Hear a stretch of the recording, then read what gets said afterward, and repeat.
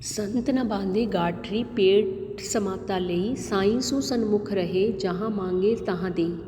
कबीर दास भक्ति काल की निर्गुण काव्य धारा के प्रसिद्ध कवि कहलाते हैं और यहाँ पे वह अपने गुरु के महत्व को स्पष्ट करते हुए और संतों की वाणी बोलते हुए कहते हैं, संत न बांधे गाठरी, कि जो संत लोग होते हैं, सच्चे लोग होते हैं, वो गठरी बांध कर नहीं रखते, अर्थात जोड़ते नहीं हैं, अपने पास धन दौलत को इकट्ठा नहीं करते। पेट समाता लई, उनके पेट में जितना समाता है उतना ही वो लेते हैं, अर्थात उन्हें दिन भर में जितनी ज़रूरत पड़ती है वह उतना ही स्वीकार करते हैं। साईं सु सन्मुख रहे, साईं ईश्वर के सामने हमेशा रहते हैं, सन्मुख सामने, जहाँ मांगे तहाँ देई, और जहाँ कोई जितना मांगता है उसे उतना दे देते हैं, अर्थात लालच नहीं करते और भिक्षा देने वाले को भिखारी को या मांगने वाले को हमेशा उतना ही दे देते हैं। संत न बांधे गाठरी, कि सच्चे लोग कभी भी अपने पास जोड़कर कुछ नहीं रखते, वह गठरी बांध कर नहीं चलते, उनके पेट में जितना समाता है वह उतना ही लेते हैं, लालच नहीं करते, ईश्वर के हमेशा सामने रहते हैं और जहाँ जो जितना मांगता है उसे दे देते हैं। कबीर यहू घर प्रेम का, खाला का घर नाही, सीस उतारे हाथ धरे सो बैठे घर माही। कबीर कहते हैं कि ईश्वर का जो घर है, यहू घर ईश्वर का घर, प्रेम का घर है, खाला का मौसी का घर नहीं है, कि जो ईश्वर की भक्ति का मार्ग है या फिर ईश्वर का घर है वह प्रेम का घर कहलाता है, वह हमारी मौसी का घर नहीं है, जहाँ हम जब चाहें चले जाएं, अर्थात जैसा चाहें व्यवहार कर लें। सीस उतारे हाथ करी, सिर को उतार कर हाथ में रखना पड़ता है, सो बैठे तो इसमें प्रवेश मिलता है, घर माही, इस घर में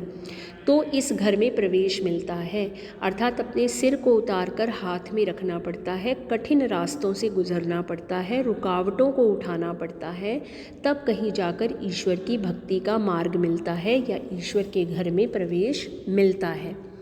प्रेम न खेती नीपजे, प्रेम न हाट बिकाए, राजा प्रजा जिसे रुचे, सिर दे सो ले जाए। कबीर दास कहते हैं कि प्रेम ना तो खेतों में नीपजे उत्पन्न होता है, ना हाटी बाजार बिकाई बिकता है। प्रेम ना तो खेतों में उत्पन्न होता है और ना ही बाजार में बिकता है। राजा प्रजा जिस रुचे, राजा और प्रजा अर्थात अमीर और गरीब जिसे भी रुचे पसंद आता है, सिर दे सो ले जाए, अपना सिर दे दे और इसे ले जाए।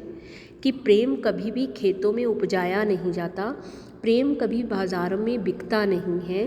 अमीर हो या गरीब, जिसे भी प्रेम से प्रेम है अर्थात प्रेम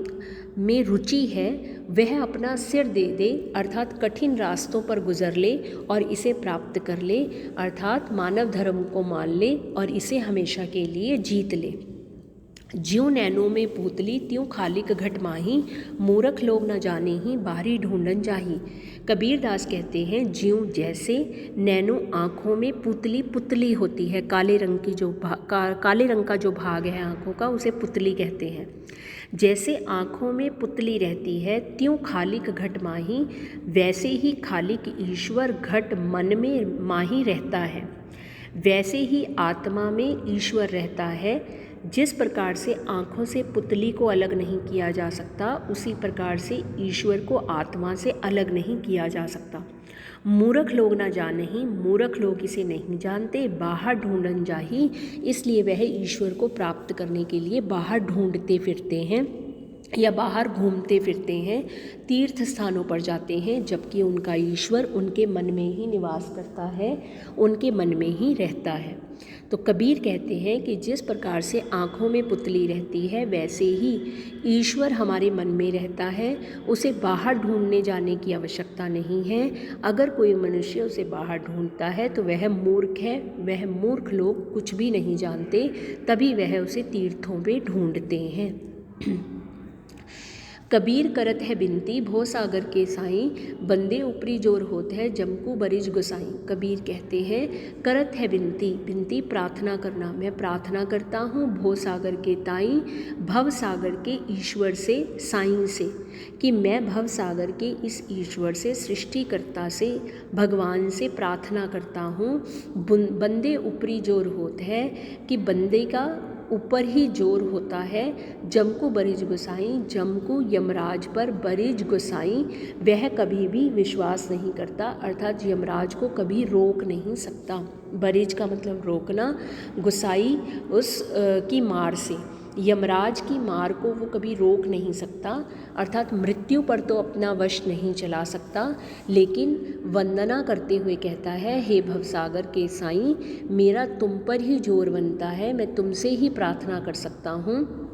तुम पर ही अपना हक जमा सकता हूँ और कह सकता हूँ कि मेरी रक्षा करो, क्योंकि मृत्यु से बचाने वाले भी तुम ही हो, उससे कोई भी रोक नहीं सकता, मृत्यु को कोई भी हरा नहीं सकता है।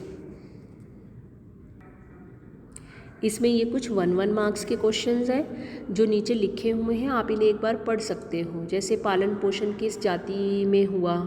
जुलाहा जाति में हुआ, गुरु का नाम क्या था कबीरदास के, रामानंद था, भक्ति काव्य की शाखा कौन सी है उनकी, संत काव्य है, उन्होंने कौन सा ग्रंथ लिखा, बीजक ग्रंथ लिखा, बीजक के कितने भाग थे, 3 थे। इस प्रकार से ये 1-1 मार्क्स के क्वेश्चन हैं जिन्हें आप पढ़ सकते हो और समझ सकते हो।